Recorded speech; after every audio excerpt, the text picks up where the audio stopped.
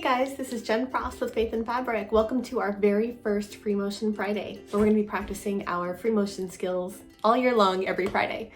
So each week, I'll be bringing you a new skill to practice. You are absolutely welcome to practice your skill with me, or you can practice a different skill on your own that you would like to work on. Today's skill is called Wandering, and this comes from Deuteronomy 3:2. For the Lord your God has blessed you in all that you have done. He has known you through your wanderings, through this great wilderness. These 40 years with the Lord your God have been with you. You have not lacked for a thing. So this is a common technique you'll usually see, also called meandering. And it's a very basic skill with 4 key points, I believe, that will help us to get this skill down. The 4 things we want to make sure that we're doing are sewing our meandering lines so they don't cross over themselves. We want to work in sections for even stitching and to ensure we don't miss an area. And we want to try to keep the spacing between the loops even. Now, one of the things I like to do before I start my free motion is to first get a feel for the different technique that we're going to be doing. You know, kind of that old concept of muscle memory. So I've got my iPencil. I love using an iPad for this because it gives me a chance to practice both the actual drawing and then, you know, get a feel for what it's going to look like with the stitching since we have a stitching paintbrush. So I'm going to show you here for a moment. This is a skill we'll be working on as you've seen today. This is called meandering.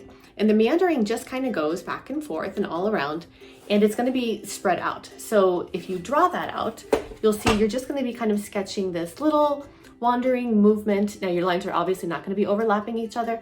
And as we mentioned, the key is going to be to make sure that spacing, as much as it can be, is pretty evenly spaced so you don't have some lines that are way too close, more like a stipple, or really far apart. So let's give it a go. So a few things to notice as we get started.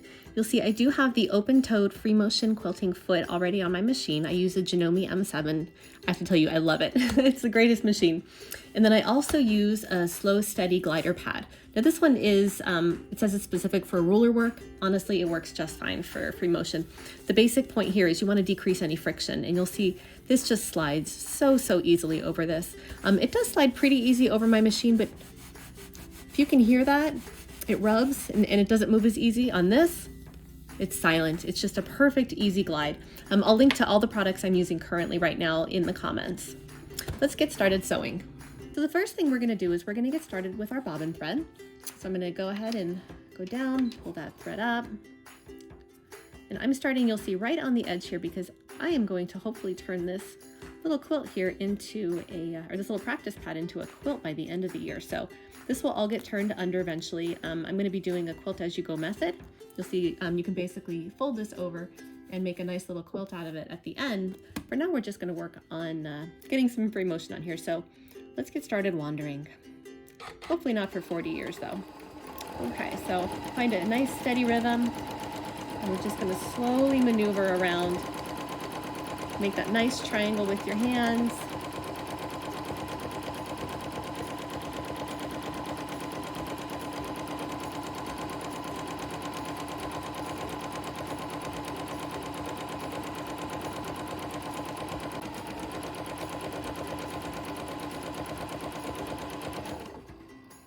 So once we finish, I like to check the back.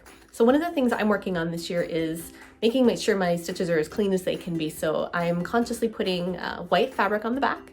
You'll see, and using the colored thread that coordinates. So you can very clearly see how the sewing does. So if I look closely at this, you know, I can see, first of all, there's no eyelashes, which is great. That means I'm not really going too fast or too slow, not pulling too hard on the turns. You know, I think there's a real tendency to go real quick when you're making a turn.